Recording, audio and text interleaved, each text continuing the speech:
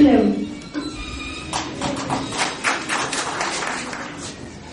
Apprendre à communiquer et à s'exprimer verbalement est aussi essentiel que d'apprendre à lire et à écrire. Or, ceux qui n'osent pas, ceux qui se sentent bloqués par une image négative de soi, par la timidité, par la peur du jugement d'autrui, s'imaginent manquer de capacité, alors que tout simplement, ils n'ont pas appris à s'affirmer et ne se sont jamais entraînés à faire entendre leurs paroles en société. La méthode de la solution, c'est le théâtre qui favorise chaque personne et lui permet progressivement d'harmoniser corps, voix, mental, expression, communication et créativité. Ces techniques théâtrales aident à apprivoiser le trac et le stress, faire émerger la spontanéité, affronter le jugement d'autrui sans se laisser déstabiliser. La communication par le théâtre demeure la plus sensible et la plus convaincante. La communication par le théâtre est un paramètre essentiel à même de favoriser l'épanouissement de la spontanéité de l'élève à travers des procédés tels la mémorisation, l'identification, le gestuel et l'action. La communication par le théâtre est le véhicule de valeurs humaines dont principalement la tolérance, le respect de l'autre et la paix. La communication par le théâtre est un outil efficace.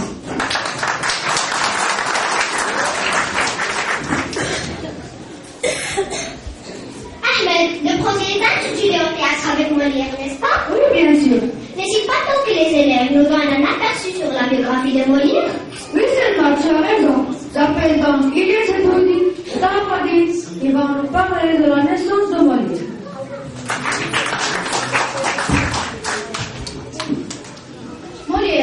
Molière est un homme de théâtre. De son vrai nom, Jean-Baptiste Poquelin. Né à Paris le 15 janvier 1622 et mort à Paris le 17 février 1673. Molière est issu d'une famille de la riche bourgeoisie marchande parisienne. Son père tient une boutique de tapissiers qui vend mobilier, tissus et tapissiers à la haute bourgeoisie et à la riche aristocratie. Et il détient depuis 1631 la charge prestigieuse de tapissier valet de chambre de bois.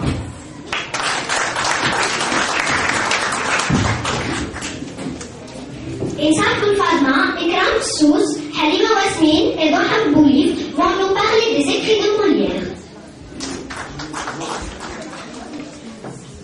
Molière est un dramaturge, auteur de comédie, mais aussi un comédien et chef de troupe de théâtre français qui s'est illustré au début du règne de Louis XV. Molière se consacre au théâtre à 21 ans, après la rencontre de Marguerite et José Béja, avec qui il font l'illustration théâtre. Il prend alors le pseudonyme de Molière. Dans le sud de la France, de 1646 à 1648, il écrivait ses premières petites comédies telles Le Docteur Inconnu, Le Médecin Volant. Puis, ses premières comédies en 5 actes et en vers tels L'étourdi en 1655 et Le Défi amoureux en 1650. En 1666, elle a écrit des comédies de genre variés, telles Le Médecin malgré lui ou Les Fourberies de Scapin en 1661. Des comédies plus psychologiques comme L'école des femmes en 1662 ou La Barre en 1668. Des comédies ballets comme Le Petit Bourgeois Gentilhomme en 1670 ou Le Malade imaginaire en 1673. En 1673, il a écrit des pièces plus élaborées, approfondissant caractère et études sociales. En vers comme Le Misanthrope, 1665, Tartuffe, entre 1664 et 1669, Les Femmes savantes, 1672, ou en prose comme Don Juan, 1665.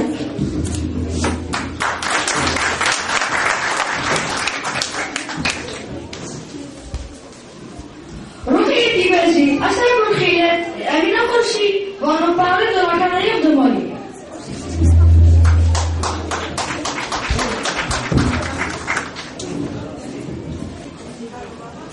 De retour à Paris en 1658, Elle obtient la protection du frère de roi.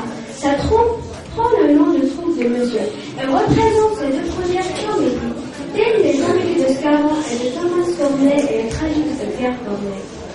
Sa carrière d'auteur dramatique commence vraiment avec Les Précieuses Ridicules, qui remporte un grand succès en novembre 1659. Molière était soutenu par le roi Louis XV, mais quand il mourut, il y avait un homme que cet appui lui manquait. Molière demeure depuis le XVIIe siècle le plus joué et le plus lu des auteurs de comédie de la littérature française. Chaque époque trouve en lui des thématiques modernes. Il constitue aussi un des piliers de l'enseignement littéraire en France. Le français est également surnommé la langue de Molière.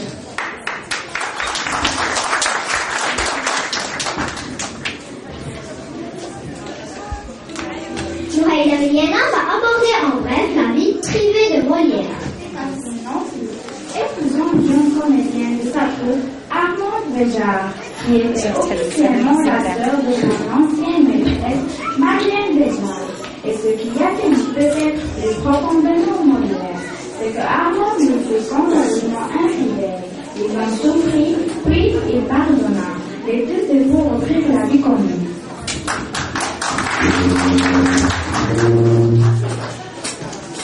Enfin, Tarek Ali et Marc Telepri vont parler de l'amour de Molière.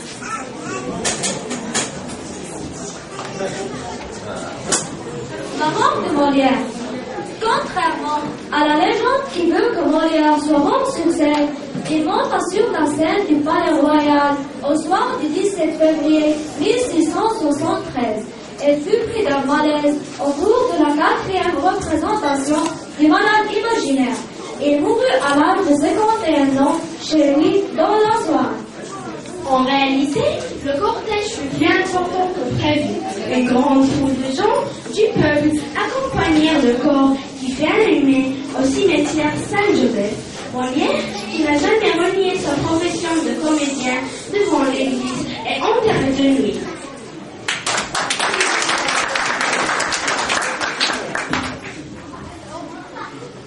Au théâtre avec Molière.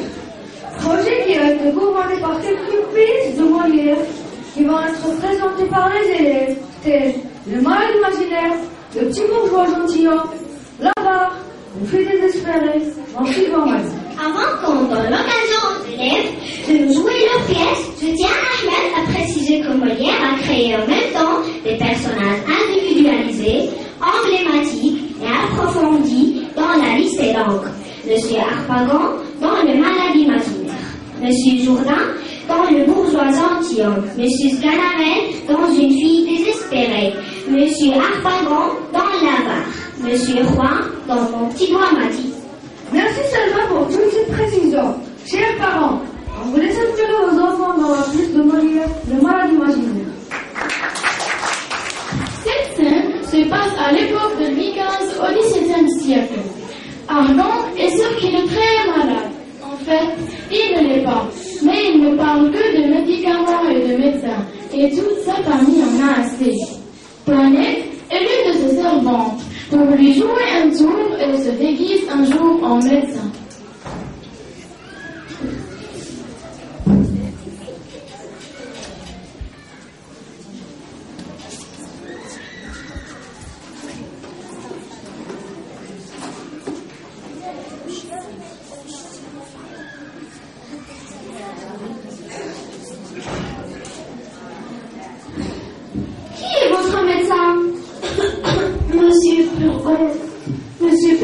Monsieur Burgon, cet homme-là n'est point écrit sur ma tablette entre les grands médecins. De quoi dit-il que vous êtes malade? Il dit que c'est du front, et d'autres disent que c'est de la rage. Ce sont tous des ignorants. C'est du poumon que vous êtes malade. Du poumon? Oui. Que sentez-vous? Je sens de temps en temps des douleurs de tête. Justement, le poumon.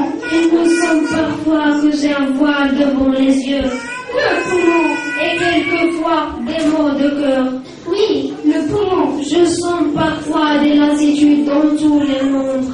Exactement, le poumon. Il me prend parfois des douleurs dans le ventre. j'étais découlée. C'est ça, le poumon. Vous avez appétit à ce que vous mangez? Oui, monsieur. Le poumon. Vous aimez boire un peu d'eau gazeuse? Oui, monsieur. Le poumon. Il vous prend un petit sommeil après le repas. Et vous avez bien resté dormi? Oui, monsieur. Le poumon, vous dis-je. Que vous ordonne votre médecin pour votre nourriture? Il nous donne des potages. Ignorant. De la volaille. Ignorant. Des bouillons. Ignorant. Et des œufs frais. Ignorant. Et le soir, des petits prunins pour la cérémonie.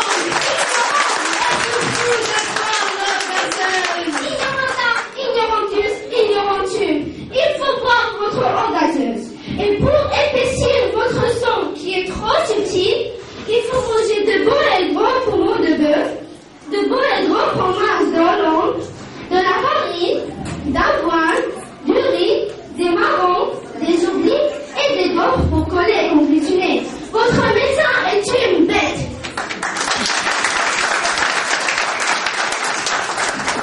La maladie imaginaire est une série de Molière qui a été présentée par Madame Harry dans le rôle de Douanette et Ayman Zilani dans le rôle de Monsieur Armand.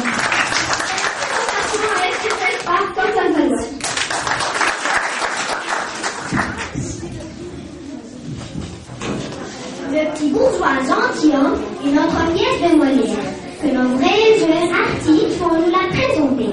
Avec vos encouragements, s'il vous plaît.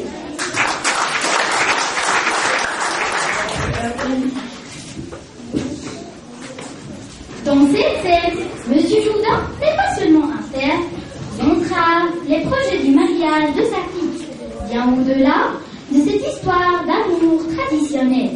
La comédie ballet se déploie en un grand spectacle, avec danse et musique, où le comique et la satire prennent constamment pour cible le bourgeois gentilhomme. Monsieur Jourdain, le bourgeois naïf, irritable.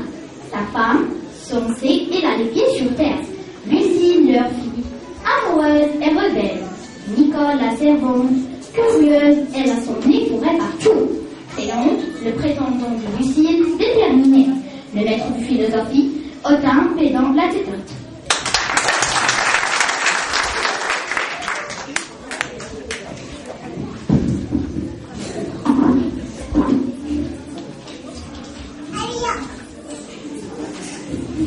Comme je suis contente de mon nouvel avis, mon tailleur m'a dit que les gens de qualité s'habillent comme cela, Nicole. Oui, monsieur? Rien, c'était seulement pour être certain que vous étiez là. Je suis là, monsieur. Mais monsieur, regardez ici. Ce maudit tailleur me fait attendre ce temps-là pour me faire une connerie.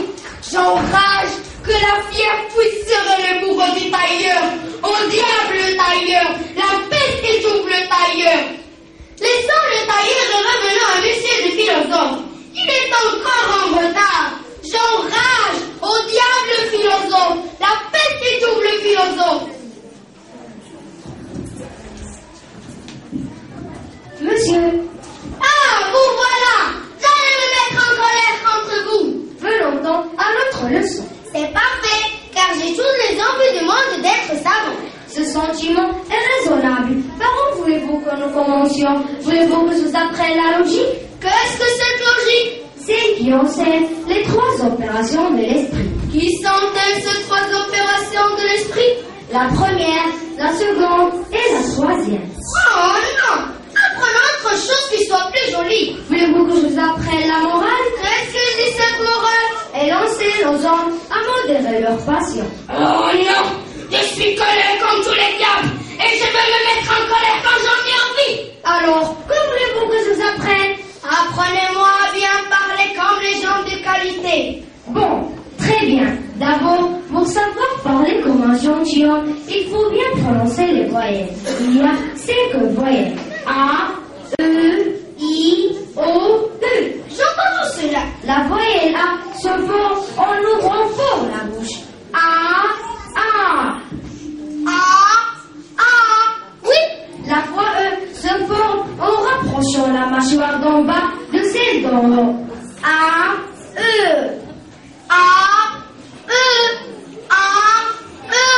Ma foi. Oui. Est-ce que cela est bon?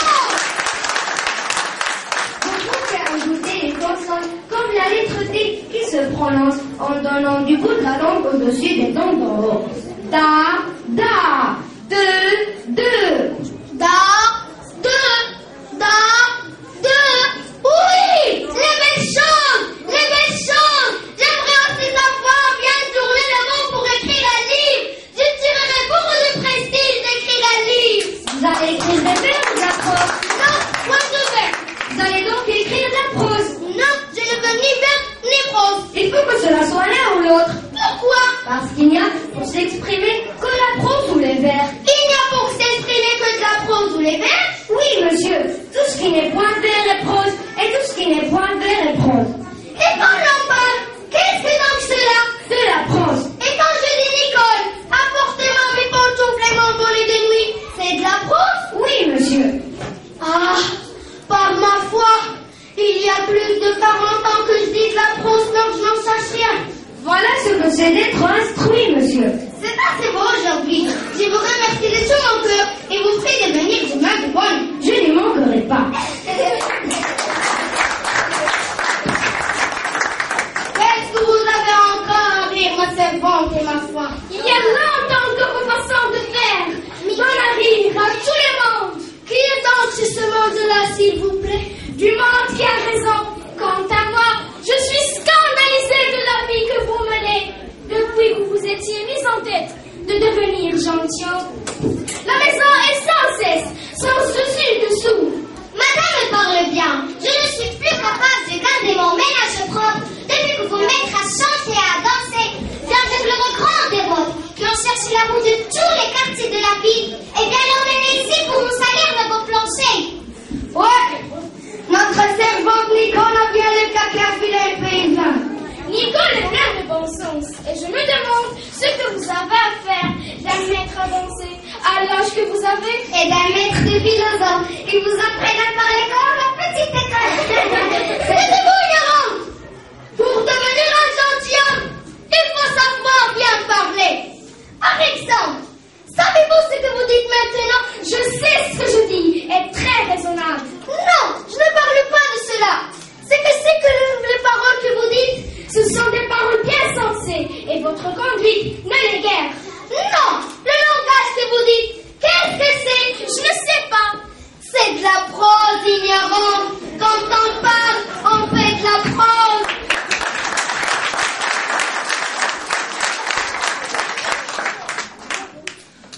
Bravo, cela sera très utile pour mener vos affaires. Et quoi? Oui, monsieur?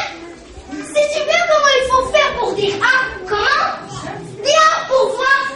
Eh bien, ah. Qu'est-ce que tu fais? J'ai dit ah. Mais quand tu dis ah, qu'est-ce que tu fais? J'ai fait ce que vous m'avez dit. Ah, l'étrange chose que d'avoir affaire à des ignorants. Vous devriez plutôt oublier ces sottises et songer à marier votre fille qui en a l'âge de l'être. Je songerai à marier ma fille lorsqu'il se présentera un bon parti pour elle. Très good avantage. J'ai des tâches à accomplir. Je vous laisse à votre ignorance.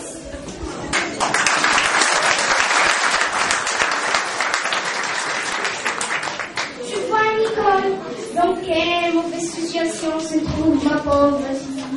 Le frère Cléon a des attentions pour elle. C'est un homme que j'aime beaucoup et j'aimerais bien les aider car j'ai bien peur que mon mari ne soit pas des mêmes amis que moi. Moi, je suis de même avis que vous, madame. Va chercher Cléon pour qu'on puisse enfin régler cette affaire. C'est une commission très agréable, madame.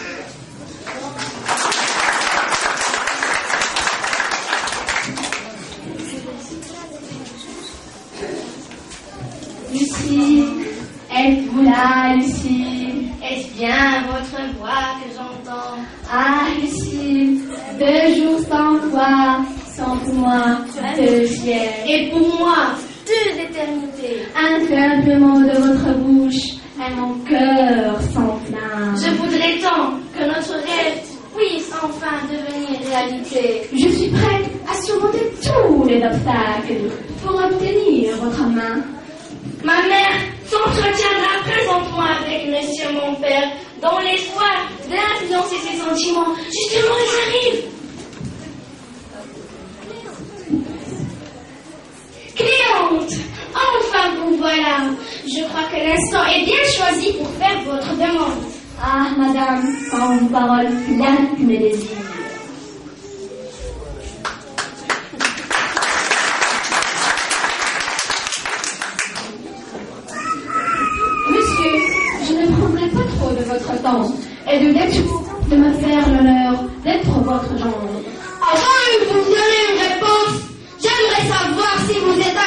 gentilhomme. Je suis née de parents honorables et je possède assez d'argent pour que votre fille ne manque de rien. Mais je dois vous avouer que je ne suis pas gentilhomme. Touchez-la, monsieur!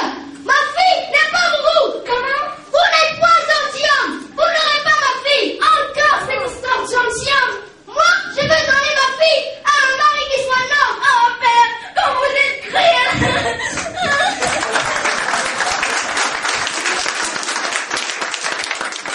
Vous voulez un homme pour votre fille, mais moi, je n'ai qu'un sang fin! Moi, je dis que je sens que j'ai résolu!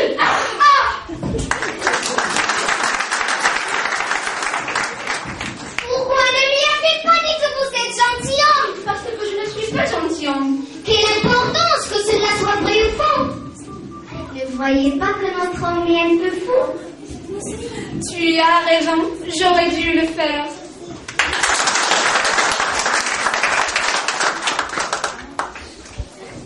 Le bourgeois gentilhomme, une scène du Molière qui était présentée par Omar Dillon, le rôle de Monsieur Jourdain, Gilles Borrigadon, le rôle de Madame Jourdain, et Toulavidon, le rôle de Lucine, Nathalie Lividon, le rôle de Nicole Lasserdon, Sylvain Rouaidon, le rôle de Cléante, David El Parrigadon, le rôle de Maître du